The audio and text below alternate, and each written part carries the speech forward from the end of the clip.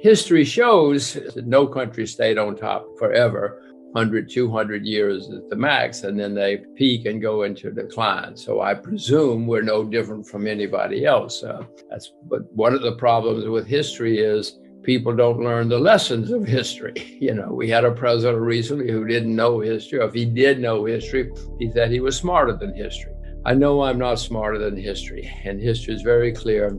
No nation and no currency, by the way, because they sometimes go hand in hand, has stayed on top forever. So America is now the largest debtor nation in the history of the world. We have troops in over 100 countries. There are people who would say that we're overextended financially, economically, militarily, and it looks like they might be right. So yes, no, I worry. It's not a good time to be young in America because what the young people are going to inherit is mind-boggling. I've got 2 teenage kids and it disturbs me. It's good to be old because I don't have to pay. I don't have to pay for all of this. I get the benefits. They're borrowing a lot of money, spending a lot of money. Pretty well, I'm old, okay, do it.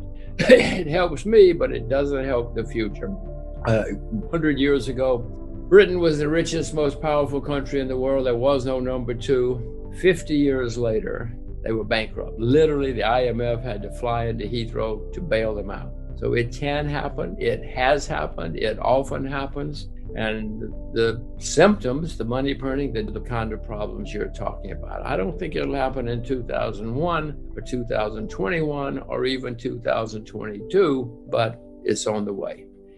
My experience and my observation is that all of this money printing, it has to go somewhere.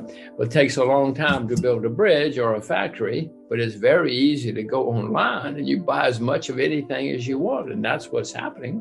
Everybody has a lot of money in their pocket. There is a lot of money around, and it's going into financial assets. Will that last forever? It never has, but you say, maybe it will. Maybe it will this time. History shows that. It's very clear. There have certainly been periods when stock markets in various countries have done extremely well, but it didn't make people rich. What really counts is making people a lot of money in an international currency so that you can go and buy a watch or a car or a loaf of bread or whatever it is you want to buy. Washington says that this is transitory. And, if you believe the head of the central bank and the head secretary of the Treasury, then you don't have to worry. Everything is going to be great. Look out the window. Everything is going to be fantastic. No worries, no worries, no worries. I happen to be of a different view. First of all, the U.S. stock market has gone up, 10, 12 years without a serious problem, other than some short disruptions, but nothing serious.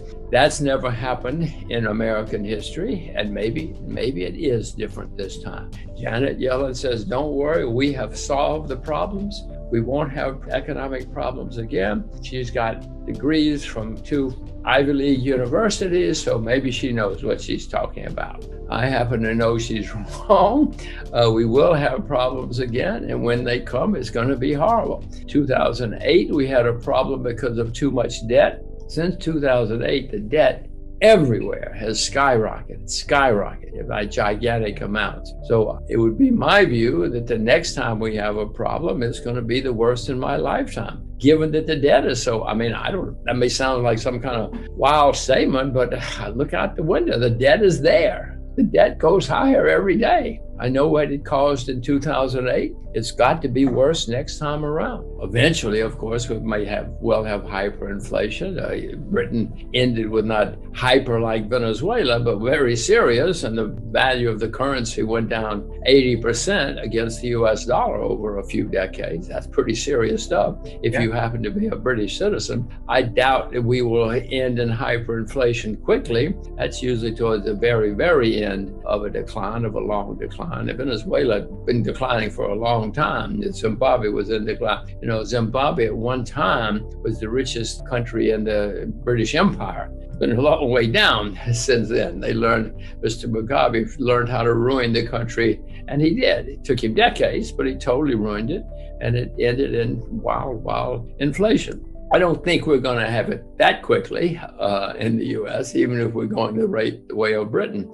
Don't panic yet. But it doesn't mean we can't have serious inflation and a decline of the standard of living and a decline of the value of the currency, and we probably will. History is pretty clear. That's what happens. Social Security will be paid. You may not be able to buy very much with your Social Security, but you will be paid. I mean, in Russia, they still pay the Soviet retirement obligations, but it doesn't do you much good. So the question is, that kind of default, I cannot see that happening in the US. However, the value of the money is certainly going to continue to decline. As I said, the British pound went down 80% against the value of the US dollar, which replaced it as the world's reserve currency. I'm sure that the value of the US dollar is going to continue to decline. Everybody watching this knows that the dollar is not what it used to be. It depends on whether you're buying bread or gasoline or anything. It's not the same, and it continues to decline. And they're not on your side, as I told you. They want to keep their jobs. I don't like saying any of this, by the way, except for the fact that I'm old. It's good to be old. It's good to be an old American in 2021. It's not good to be a young American in 2021. Well, I mean, these people don't understand much about the world. All they care about is keeping their job. In their minds, their position is keep my job, keep my job, keep my job. They don't care about your job. They don't care about me or my kids or their jobs. They want to keep their job, and the way they know to keep their job is to burn a lot of money, spend a lot of money, and keep interest rates down. They will do their best. But what will happen is eventually the market will say, oh, wait a minute. We've seen this movie. We know how this ends. And the market will say, we're not going to play your game anymore. Then it gets out of the control of the central bank, and that's when you have serious bear market. It will be the worst in my lifetime. It's going to be the worst in your lifetime, too. I don't say that with great pleasure. I just say I have to deal with facts. There always have been people who come out of these things better off than they were before, and sometimes rich. People came out of the collapse in Germany in 1920s rich. Some people came out of the American Depression very rich in the 1930s. Most didn't, but if you get it right, of course, you can do very well. I own silver and gold, and I plan to buy more sometime in the future. My timing is never very good, but I will definitely buy more of both, because before this is over, both are going to skyrocket. Mrs. Yellen and Mr. Powell say, no, don't worry about, leave gold and silver alone. You don't need it. You don't, that's antique.